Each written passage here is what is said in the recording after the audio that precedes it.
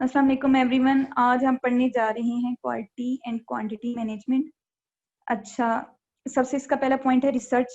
Research मैंने आपको last topic में भी बताया था कि रिसर्च आपने अपने प्रोडक्ट रेलिवेंट करनी है। जैसा प्रोडक्ट आपके मार्केट में वैसा अगर नहीं है वो तो बहुत अच्छी बात है कि आपका यूनिक प्रोडक्ट होगा। अगर है तो आपके प्रोडक्ट में ऐसी क्या यूनिक चीज़ होनी चाहिए जो कस्टमर की डिमांड बने। अगर ऑलरेडी जैसे मैंने अभी एग्जांपल दी कि पेप्सी और कोला की केक, देखें पेप्सी है लेकिन कोला भी इंट्रोड्यूस हुआ मार्केट में, ठीक है, ये दोनों ब्रांड हैं और दोनों ही चल रहे हैं। ऑब्वियसली दोनों में कोई तो ऐसा डिफरेंस होगा कि कस्टमर दोनों चीज़ें ले रहा है। तो इसी तरह यही है कि आपके प्रोडक्ट से भी रेलिवेंट और बहुत सारे प्रोडक्ट होंगे, तो आपने एक तो वो पॉइंट ढूंढना है कि आपका प्रोडक्ट कैसे इम्पोर्टेंट होगा। मतलब अपने जो कंपटीशन है मार्केट में, आपने उससे रेलिवेंट अपने प्रोडक्ट पे वर्क करना है, उसकी वर्थ बनानी है। फिर दूसरा ये कि आप डिफरेंट स्किल्स सीखते हैं कि जो सी मतलब दूसरा जो दूसरी कढ़ाई उसने किस टाइप के कस्टमर्स को टारगेट किया। मतलब आपने वो वाला पाथ फुली फॉलो नहीं करना, लेकिन आपने उससे काफ़ी पॉइंट्स पिक करने हैं। उसका आपको बेनिफिट होगा कि आपका टाइम बच जाएगा।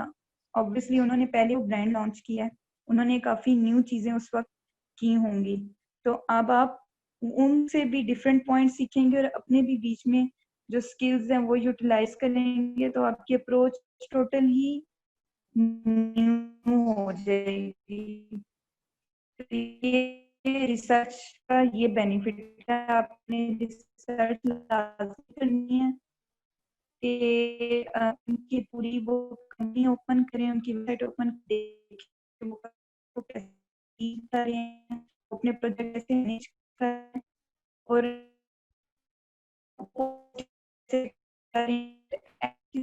बना रहे हैं। और ये 3 दिन में इससे स्टेट में जो है वो कर रहे हैं, ये वाला प्रोजेक्ट करना है और नेक्स्ट प्रोजेक्ट मैंने किसी भी क्लाइंट को इससे इस स्टेट के दरमियान देना है। तो ये इस तरह का होगा कि डिसिप्लिन हो जाएगा मेंटेन और आपकी लाइफ में भी मैनेजमेंट आ जाएगी। अच्छा, दूसरा इसमें यही है कि स्ट्रेटजी में आप रिस्क भी देखें कि आपको किस प्रोजेक्ट में कितना रिस्क हो रहा है। अच्छा, रिस्क को मैं आगे मजीद एक्सप्लेन करूंगी।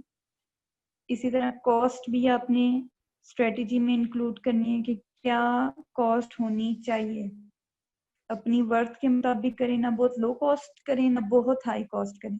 क्वालिटी अपनी मेंटेन रखनी है, ये नहीं कि जब पैसे ज़्यादा आ गए तो क्वालिटी फ़ौरन गिरा दी, या फिर क्वालिटी बहुत अच्छी दे रहे हैं लेकिन अब उसकी जो वर्थ है वो आपने डाउन कर दी है, अब बहुत कम चार्ज कर रहे हैं, तो वो अगले के माइंड पे इम्पेक्ट पड़ता है कि यार इतनी अच्छी क्वालिटी इतनी कम चार्ज कर है, तो इसका बीच का मामला क्या है।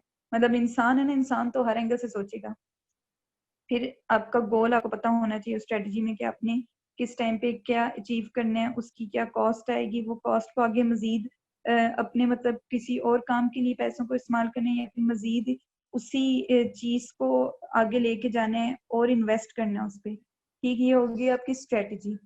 अब जो थर्ड पे है वो ये है कि आपका रिटर्न प्लान। अच्छा, रिटर्न प्लान ये है कि आजकल मोबाइल में नोट पैड वगैरह या फिर इवन आप जो है वो माइक्रोसॉफ्ट ऑफिस वगैरह पे उस पर भी आप रिकॉर्ड अपना कर लो, आप प्रॉपर रिटर्न प्लान रखो। वैसे तो सबके माइंड में होता है कि हमने जी प्रोजेक्ट ले लिया है, क्लाइंट को इस टाइम पे देखना है, हमारे तो दिमाग में सब कुछ है, लिखने की क्या जरूरत है। लेकिन ये बहुत जरूरी होता है क्योंकि बाद में ये चीजें मैटर करती हैं। इवन आपने अगर अपने क्लाइंट को भी शो करना हो कि देखिए ये मैंने सारा रिटर्न किया हुआ है, तो वो इम्पैक्ट पड़ता है कि यार इसने तो बड़ी वो एक प्रोफेशनल वे में एफर्ट लगाई है।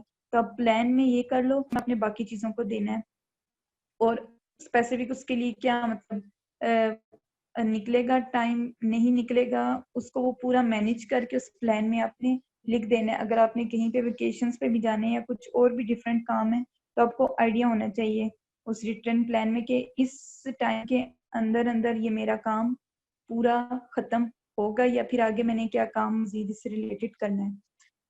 अब उसके बाद ये है कि प्रोजेक्ट डिटेल। प्रोजेक्ट डिटेल ये है कि अब प्रोजेक्ट आया, क्लाइंट ने बता दिया कि उसको ये चीज़ें चाहिए, जैसे ग्राफिक डिजाइनर में होता है उसने कलर स्कीम वगैरह बता दी, बाकी चीज़ें बता दी कि ये फ़ॉन्ट साइज सब कुछ चाहिए। आपने प्रोजेक्ट डिटेल प्रॉपर रिटर्न में कर लेनी है अपने पास सेव, ठीक है। बता देना कि ये मेरा इतना टाइम लगेगा इसमें, और इतनी जो है वो पेमेंट हो, प्रॉपर डाटा बना के क्लाइंट को सेंड करना है और उसका अप्रूवल लेना है। ठीक है, जैसे आप नॉर्मली हम वर्ड यूज करते हैं ना कि स्टाम्प वगैरह, या फिर वो टर्म्स और कंडीशंस पे अग्री, इस टाइप का अपने प्रॉपर अप्रूवल लेना है, क्योंकि आपके पास वो होना चाहिए रिटर्न में, एक सबूत आपके पास होना चाहिए। क्योंकि बाद में इवन फ्रीलांसिंग के काम में भी ये बहुत ज्यादा इश्यू बनता है कि झगड़ा हो जाता है जब पैसे देने का मामला आता है कि मैंने तो ये कहा था, आपने ये समझा। मिसअंडरस्टैंडिंग से बेहतर है कि वो जो रिटर्न चीज है वो रिकॉर्डेड, वो आपका प्रूफ होता है। ठीक। अच्छा, फिफ्थ पे वही है कि फीडबैक आपकी जरूरी है जब अपनी क्वालिटी क्वांटिटी को मैनेज करना है। फीडबैक आता रहेगा तो आपको पता होगा कि मैंने इतनी क्वांटिटी देनी है, किस कस्टमर को कितना जरूरत है, या किस एरिया में कितनी चीजें जरूरत है, प्रोडक्ट कितना नीड में है, और क्वालिटी के मतलब मेरी क्वालिटी नीचे जा रही है या ऊपर जा रही है, या मसला क्या हो रहा है। तो आपको एक तरह से वो इंफॉर्मेशन रहती है। सिक्स पॉइंट ये है कि आप चलते हुए आपकी कोई गाड़ी बाइक कुछ पंक्चर हो जाता है, इस टाइप की ऐसी अनकंट्रोल्ड चीजें होती हैं, तो आपको रियलिस्टिक सोचना चाहिए। इतना टाइम रिक्वायर होगा, और ये भी ना हो कि आपके ऊपर वर्कलोड बहुत ज्यादा आ जाए कि आपने ढेर सारे लालच में आके प्रोजेक्ट तो ले लिए, अब वो आपकी हेल्थ कॉस्ट करना शुरू हो गए, आपकी वो जो एक फ्रीडम है वो आपकी खत्म हो रही है, आप सारा टाइम काम तो नहीं कर सकते। तो वो आपने लाजमी ये चीजें ध्यान में रखनी है। अगर आपके 3 दिन भी काम में लग रहे हैं तो आप चलें उसमें एक दो दिन आप एक्स्ट्रा डाल लें, के ऊपर नीचे अप्स एंड डाउन मतलब लगा रहता है ये सीन। और जो सबसे लास्ट पॉइंट है, देखिए मैंने इस पर एम्फेसाइज भी किया है बोल्ड करके, कि वेकेशंस, काम अपनी जगह लेकिन वेकेशंस लाजमी। आपका जरूरी नहीं है कि आप 7 दिन लाजमी काम करें, या आप पूरा मंथ जो है वो काम में ही लगे रहें। आप बीच में वेकेशंस लें, अगर आप चाह रहे हैं कि हर 4 दिन बाद 5वें दिन आपने रेस्ट लेना है 2 दिन का, तो वो आप लें जैसे आपको बेटर फील हो। क्योंकि जब आप माइंड को रिलैक्स करके आते हैं, कहीं पे भी घूमने निकल जाएं या कोई फ्रेंड्स के साथ आउटिंग कर लें, तो आप और बहुत ज्यादा भी ना करें। मतलब आपने ना मैनेजमेंट रखनी है, डिसिप्लिन रखना है कि काम को भी टाइम दें, वेकेशंस भी करें, घूमे फिरें, एंजॉय करें, जिम वगैरह करें, एक्सरसाइज वगैरह करें, ये सारा कुछ।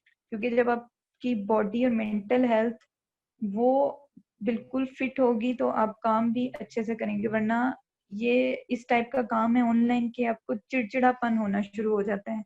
और आइस का तो वैसे ही बहुत ज्यादा ही यूज करने से, मतलब अगर रिलैक्स नहीं करेंगे तो सत्यानाश हो जाता है। तो ये बहुत इंपॉर्टेंट चीज है।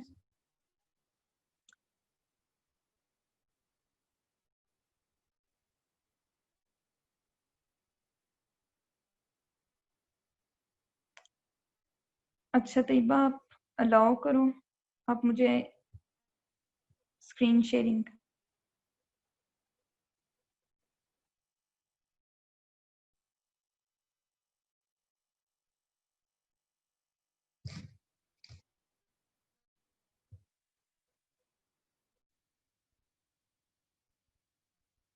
हेलो। हेलो तैयबा।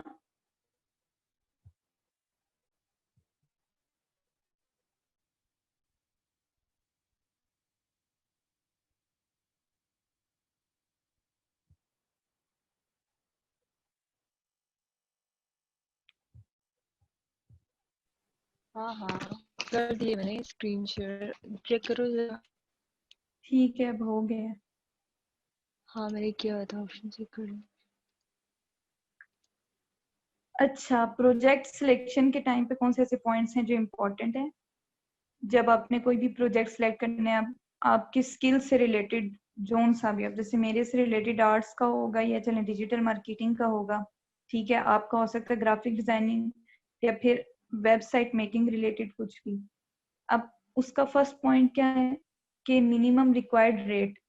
अच्छा, आपने पहली तो बात की अपनी कॉस्ट बहुत ज्यादा हाई नहीं रखनी, आपने बहुत ज्यादा लो भी नहीं रखनी, लेकिन मिनिमम रिक्वायर्ड रेट का मतलब ही क्या है कि आपकी लो कॉस्ट।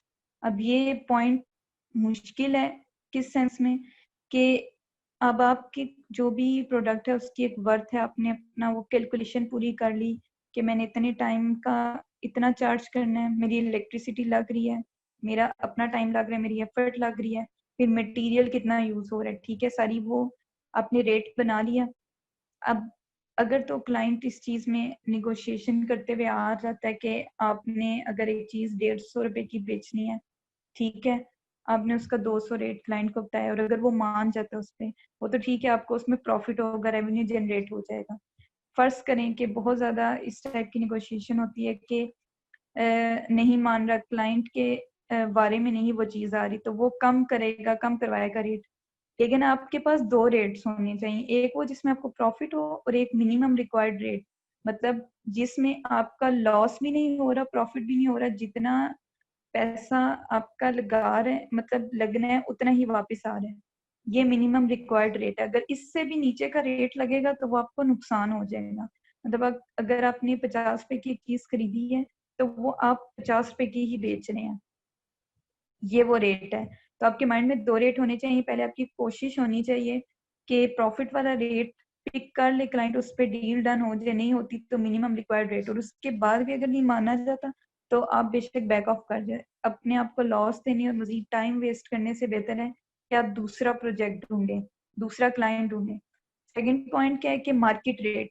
अच्छा, मार्केट रेट ये है कि देखें, अब डिफरेंट कंट्रीज के अब जैसे पाकिस्तान में अपने प्रोडक्ट को लॉन्च किया, ठीक है, यहाँ पे करेंसी रेट कुछ और है, बाहर की कंट्रीज में कुछ और है। अब ऑनलाइन जब आप मार्केट को सर्च करते हो तो अब आपने तो अपना मिनिमम रिक्वायर्ड रेट रख दिया। अब ये हो सकता है कि आपने तो ये सोच के रखा हो कि आपके इर्द गिर्द वाले जो लोग हैं उन्होंने इतने में ही खरीदना है, उन्होंने इससे ज्यादा में नहीं खरीदना, लेकिन जो out of countries different country में रह रहे हैं उनका करेंसी रेट कुछ और है और उन्होंने उसी सेम प्रोडक्ट से रेलिवेंट नेट पे रेट कुछ और लगाए हुए हैं। मतलब उन्होंने भी अपने मिनिमम रेट लगाए होंगे। अब ये ना हो कि अगर उन्होंने उस चीज का 200 लगाया और आपने भी सिमिलर वैसा ही प्रोडक्ट है लेकिन आप मतलब पाकिस्तान से हैं, क्योंकि हर कंट्री में डिफरेंट रेट होता है करेंसी का, आप जी लगा दें 150 का। अब उससे क्या होगा कि मार्केट की वैल्यू फाइनल बनी हुई है कि यार 200 से नीचे ये साबुन है और ये किसी भी ब्रांड ने, किसी भी ब्रांड ने, सेम साबुन प्रोडक्ट है, ब्रांड डिफरेंट है, 200 से नीचे ये एक पैक नहीं बेचना। और आप अपना प्रोडक्ट लॉन्च कर रहे हैं, आपने अपने लिहाज से रिक्वायर्ड रेट ये लगा दिए कि यार ये मेरा मतलब प्रोडक्ट बन रहा है, मुझे ये रेट मेरा अपने लिहाज से लग रहा है, ना इसमें मुझे प्रॉफिट हो रहा है ना लॉस, ठीक है, लेकिन ये मेरा जी मिनिमम रिक्वायर्ड रेट है। आप उठा के 150 डालेंगे तो वो सारी मार्केट को डिस्टर्ब करेगा, अब उसमें नुकसान आपका ही होगा। कैसे? जब कोई भी क्लाइंट होता है वो रिसर्च करता है कि यार ये एक चीज है, इसके क्या रेट्स चल रहे हैं।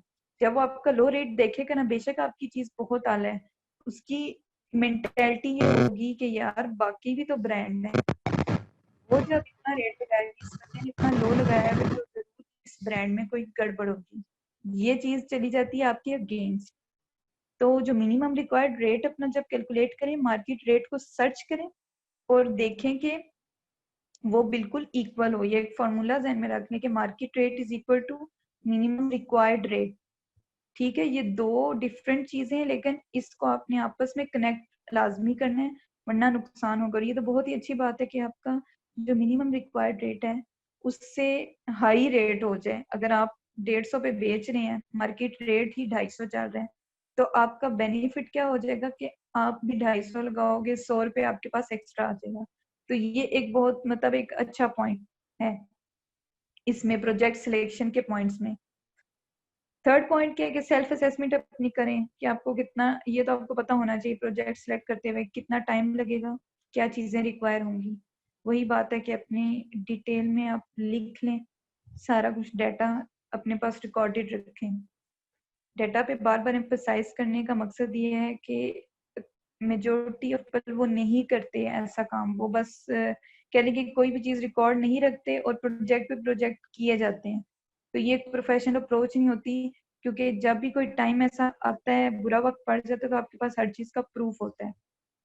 अच्छा, रिस्क क्या है जो मैंने अभी पीछे भी बताया कि आपने अपनी जब स्ट्रेटजी बनानी है, हमने आपने देखा है कि आपको प्रोजेक्ट सेलेक्ट करते हुए क्या रिस्क आ सकते हैं। अच्छा, पहला इसमें ये होता है कि इस टाइप के आपको क्लाइंट्स टक्कर जाते हैं जो आपको प्रोजेक्ट देते हैं, ठीक है, कहते हैं कि ये 50-60 हज़ार इस पे, ये मतलब मैं आपको दूंगी। अच्छा, इंसान की नेचर है, आपको सबसे पहले ये होगा कि यार मैंने ये प्रोजेक्ट लेना है, इसमें तो मेरी इतनी कमाई हो रही है, जबकि आप जल्दबाजी में ये चीज सोचते ही नहीं हो कि आपका कितना टाइम उसमें लग जाएगा, फिर उसकी वजह से आप कोई और प्रोजेक्ट नहीं ले पाओगे क्योंकि आप ये सोचोगे आपने इस प्रोजेक्ट को टाइम देना है। तो एक ये चीज होती है, एक तो वो होता है ना कि आपने अपना एक रेट बता दिया कि ये मेरे प्रोडक्ट का रेट है। कुछ ऐसी जॉब्स होती हैं जिसमें क्लाइंट आपको प्रोजेक्ट देता है कि ये मैंने आपको इतनी पेमेंट करनी है, तो ऑब्वियसली उसमें आपको सिर्फ पेमेंट नजर आ रही होती है, आपको नहीं समझ आती, आप कैलकुलेट ही नहीं करते हो जो कि करना चाहिए आपको कि कितना टाइम और क्या मटेरियल क्या क्या चीजें रिक्वायर होंगी। अब इसमें क्या सबसे बड़ा मसला होता है कि क्लाइंट कहते हैं कि ये इतना काम है, प्रॉपर वो टाइमलाइन नहीं बताता, चीजें क्लियर भी आप नहीं करते हो, आप कहते हो बस ठीक है 50-60 हज़ार आ रहे हैं। अब जब आप काम करना शुरू होते हो तो वो इस टाइप के प्रोजेक्ट होते हैं जो न्यू होते हैं, वो कुछ अर्से बाद खत्म हो जाते हैं, तब भी आपका काम बीच में रह जाता है। अब चूंकि आपने टाइमलाइन नहीं बताई कि यार अपने फरवरी से मार्च के दरमियान अपने ये प्रोजेक्ट ये कंप्लीट करने हैं, आपने क्लाइंट से प्रॉपर बात नहीं की होती, और क्लाइंट भी कुछ इस तरह के अनप्रोफेशनल होते हैं, जैसे ये लिखा हुआ है कि अनरेटेड क्लाइंट, कि वो आपको प्रॉपर क्लियर नहीं करते, वो भी लटकाई रखते हैं कि जब तक फायदा आ रहा है ठीक है, उसके बाद मैं एंड में पेमेंट कर दूंगा। उसमें क्या होता है, आपका पेमेंट एफर्ट सब स्टक हो जाते हैं और एंड में यही है कि आपका नुकसान होता है। और बीच में आके आपको पता चलता है यार ये तो मैं इससे अगर मैं ज्यादा प्रोजेक्ट्स डिफरेंट लेता तो मैं इससे ज्यादा कमा सकता था जितना मेरा एक मंथ एक प्रोजेक्ट में लगा।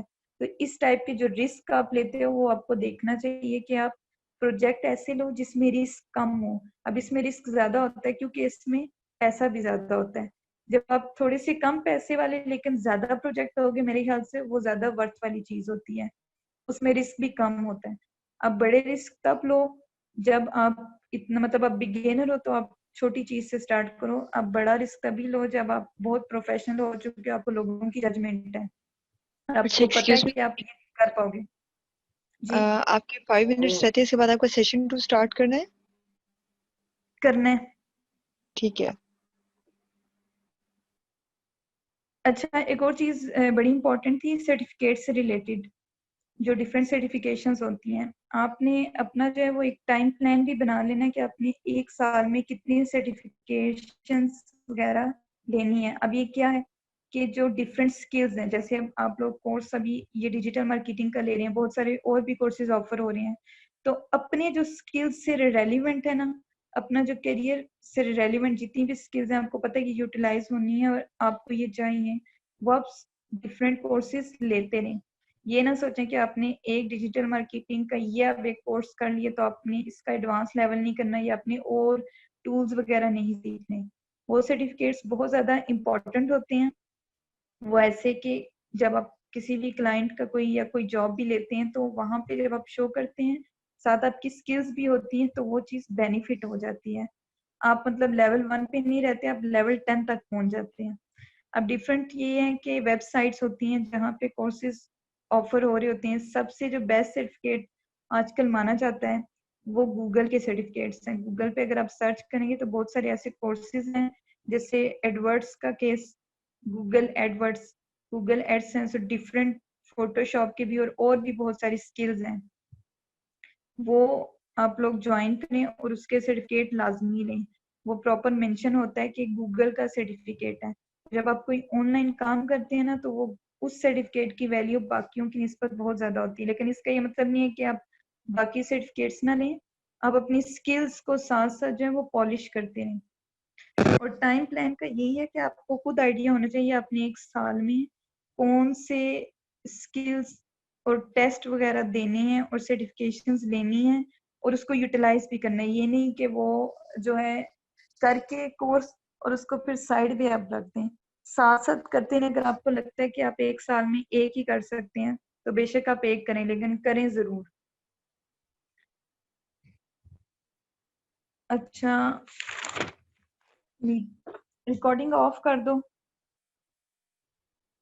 अगली जो है वो मीटिंग कर दो, उसका लिंक भेज दो। लास्ट जो पॉइंट है वो है कि बिगिनर्स को कौन से प्रोजेक्ट्स मतलब अवेलेबल होती हैं सोशल मीडिया प्लेटफॉर्म्स पे। सबसे फर्स्ट पे फेसबुक रिलेटेड जॉब्स हैं। फेसबुक का आप सबको ही पता है कि इसकी काफ़ी रीच जो है वो ज़्यादा है। आप बिलियंस ऑफ पीपल को के साथ कनेक्ट हो सकते हैं। वहाँ पे डिफरेंट आपको जॉब्स मिल सकती हैं ऑनलाइन। अब इसमें एक सबसे इम्पोर्टेंट फर्स्ट पॉइंट ये है कि जो एड्स होते हैं आपको डिफरेंट फेसबुक पेजेस पे आपके इवन अपने जो पर्सनल फेसबुक है अकाउंट उस पे भी आपको डिफरेंट एड्स शो हो रहे होते हैं। तो वो जो एड की कंपेन्स वगैरह होती है ये वाली जॉब बहुत ज़्यादा यूटिलाइज आजकल होती है। मतलब डिफरेंट क्लाइंट्स आपको फ्रीलांसिंग वेबसाइट्स पे ये वाली जॉब देते हैं। अगर आपकी स्किल सेट आपको पता है कि आप एड कैंपेन्स अच्छे से कर सकते हो तो ये आपको जॉब लेनी चाहिए फेसबुक के लिए। फिर दूसरा मार्केटिंग रिसर्च की होती है जॉब। एज अ बिगिनर आपको ये वाला भी बहुत इम्पोर्टेंट मतलब ये काम आएगा और इसके रेट्स भी काफ़ी अच्छे होते हैं। अगर आपको ये काम सही तरीके से आता है तो आपको ये जॉब ज़रूर मिल जाएगी फ्रीलांसर जो डिफरेंट वेबसाइट्स हैं वहाँ से। अब इस मार्केटिंग रिसर्च में क्या होता है कि आपने जो है आपका जो क्लाइंट है उसने आपको जॉब दी, उसकी कोई कंपनी है, ठीक। अब उसने कहा कि मेरा ये जो है पेज वगैरह है, तो अब कंपनी का पेज बना हुआ है फेसबुक पे, तो डिफरेंट जो कस्टमर्स हैं आपके, जो फॉलोअर्स हैं, आपने उनसे क्वेश्चनियर फिल कराने हैं, ठीक है। आपने उनसे फीडबैक लेना है उस प्रोडक्ट से रिलेटेड, मतलब आपके पास एक डाटा पूरा आ जाएगा। तो ये आता है मार्केटिंग रिसर्च से रिलेटेड जॉब।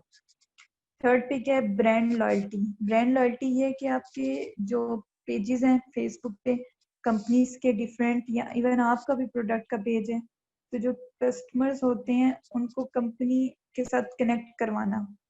अब इसमें क्या है कि आप कस्टमर को मैसेज वगैरह करते हो या फिर आप उनसे डिफरेंट क्वेश्चंस वगैरह पूछते हो ताकि कनेक्शन एक बिल्ड रहे, वो आपका रेगुलर कस्टमर रहे, आप उनसे फीडबैक लेते रहते हो।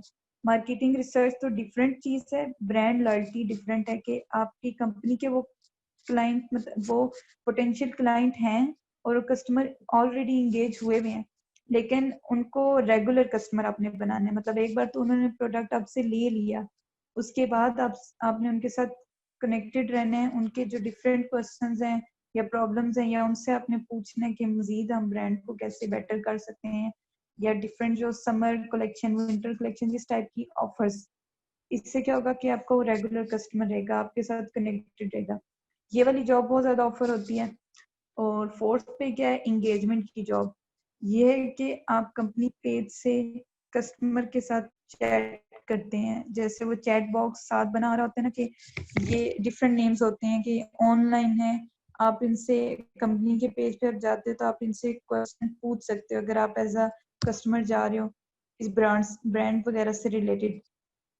तो वो जो चैट में आप डील करते हो किसी भी कस्टमर को, वो एंगेजमेंट की जॉब होती है।